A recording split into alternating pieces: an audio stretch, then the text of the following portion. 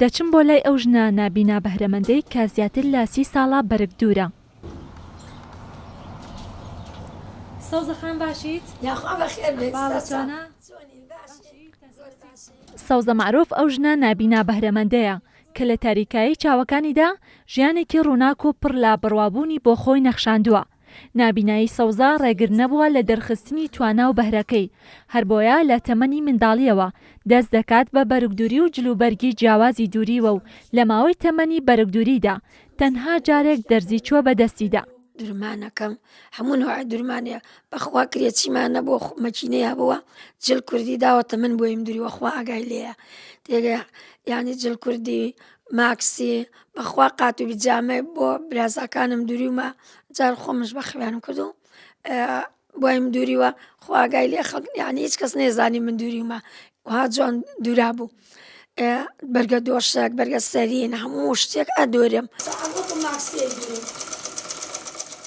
سەوزە ئەو بەهرەی تێیدایە تەنها لە خۆیدا قەتیسی نەکردووە، بەڵکو بەشی کردووە لەگەڵ کچان و ژنانی دیکەی نابینادا لە ڕێگەی ئەو دەورانەی کە دەیکاتەوە.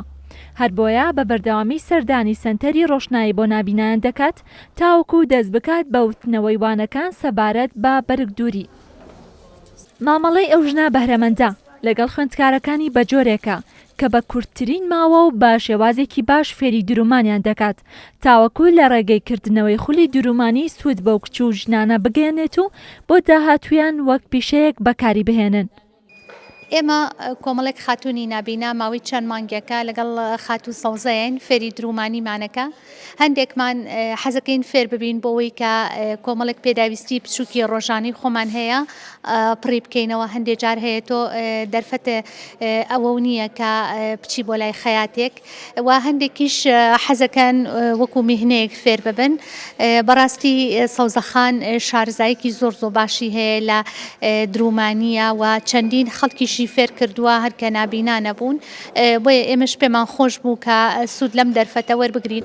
سەوزەخان تۆ چی و چی ئەدووری؟ وەڵام من هەموو شتێکە دوورم بەرگە سەرین بەرگە دۆشک ماکسی ژێرکراست هەموو شتێکە دوورم بەخوا قاتی ئەم مناڵانە کە ئیکڕین هەمووی دانشم بەسەری ئەچمەوە ئەڵێم لە بازار هەروە 6 تەقەڵێکن هەمووی بەسەری ئەچمەوە ئەڵێم بە هەڵ نەوەشێت.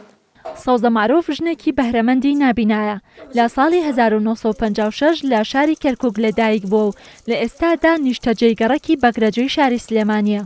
سەوزە دایکی کچێکە و هاوسەرێکی نەخۆشی هەیە. شارەزایی لە بەرگدووری و چاکردنەوەی کەلوپەلی شکاوی ماڵەکەیدا هەیە و لە ڕێگەی کردنەوەی چەندین دەورەی تایبەت بە درومانی کچان و ژنانی نابینای فێری بەرگدووری کردووە. ڕێزان محەممەد، کورسات نیوز، سلێمانی.